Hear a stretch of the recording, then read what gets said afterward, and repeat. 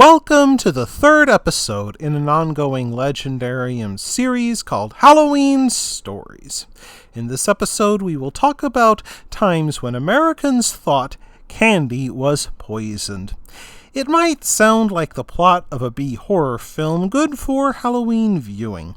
Yet on many occasions, Americans have become convinced that the Halloween candy gathered by their children has been poisoned.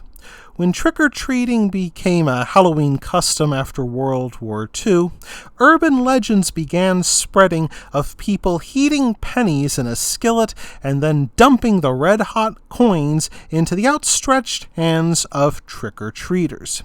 Fears of tainted Halloween candy, unsurprisingly, often rise during fearful times. In 1964, for example, people arrested a New York woman named Helen Feel for handing out things like ant poison and dog biscuits to trick-or-treaters. When questioned, the housewife claimed that she meant this as a joke and that she gave the items to children she thought too old to be trick-or-treating. Though she harmed no children, law enforcement did not find her actions funny in the least. Reports of Halloween poisoning really took off during the late 1960s, when public anxiety ran deep over the Vietnam War, crime, and the counterculture. In 1970, the New York Times ran a story warning about razor blades in apples, chocolate bars being replaced with laxatives, and candy packets containing sleeping pills.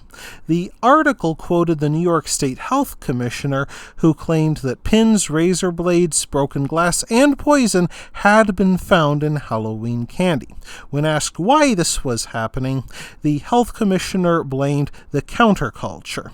However, the most infamous poisoning took place on October 31st, 1974. A Texas man named Ronald O'Brien gave cyanide-laced pixie sticks to 5 children, including his own son. While other children never ate the candy, his 8-year-old son Timothy did and died soon after.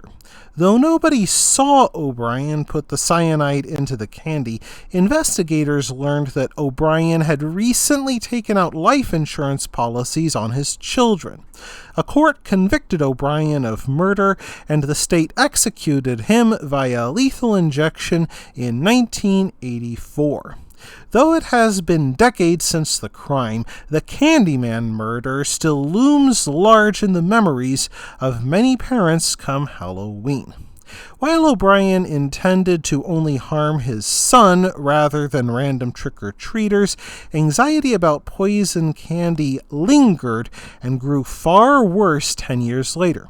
On September 29, 1982, 12-year-old Mary Kellerman awoke to a severe headache, so her parents gave her some Tylenol. She later collapsed in the bathroom, and by the time her parents got her to the hospital, she had already died. A few hours later, a 27-year-old postal worker named Adam Janis complained of a headache, and his wife gave him some Tylenol. He also collapsed on the floor and seemingly died of a massive heart attack.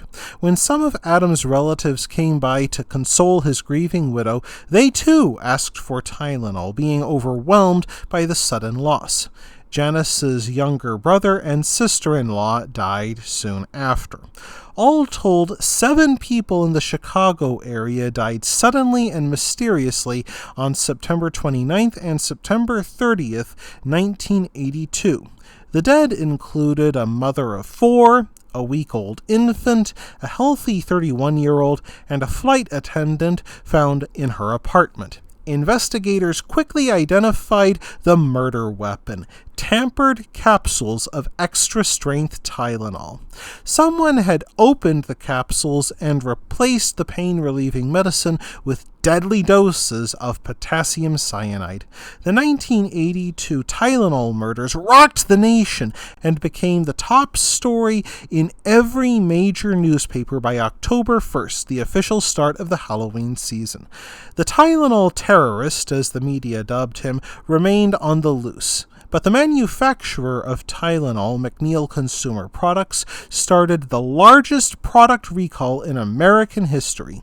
They ordered pharmacies and grocery stores to pull 31 million bottles of extra-strength Tylenol from their shelves. Though they found several more bottles with tainted products, no one else died. Congress also passed the Federal Anti-Tampering Act, which promised 20 years in jail for anyone found tampering with medications, food, or other consumer products.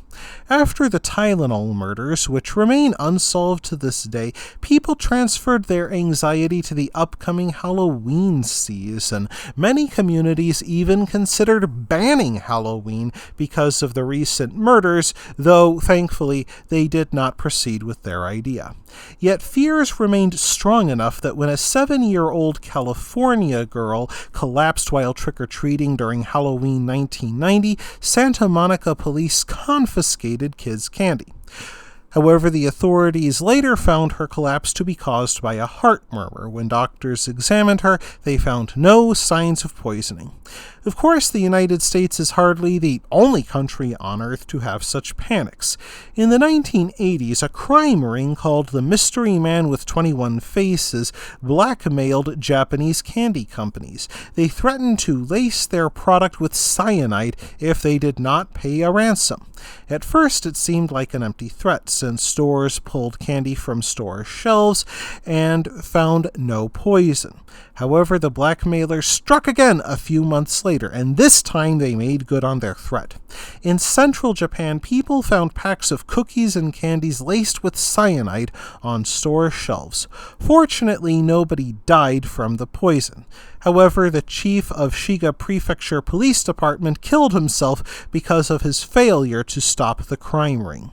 For all that, it is worth remembering that no death has been directly caused by tainted Halloween candy. And if you are looking for something real to worry about, keep an eye on the roads. More than 43% of all Halloween deaths involve a drunk driver, so stay safe during this Halloween season. That wraps things up for this episode of The Legendarium. I hope you enjoyed it. If you did, press like. If you want to see more, press subscribe. And if you've got anything to say, let me know in the comments section. Thanks again for joining me, and I hope that you have a great rest of the day.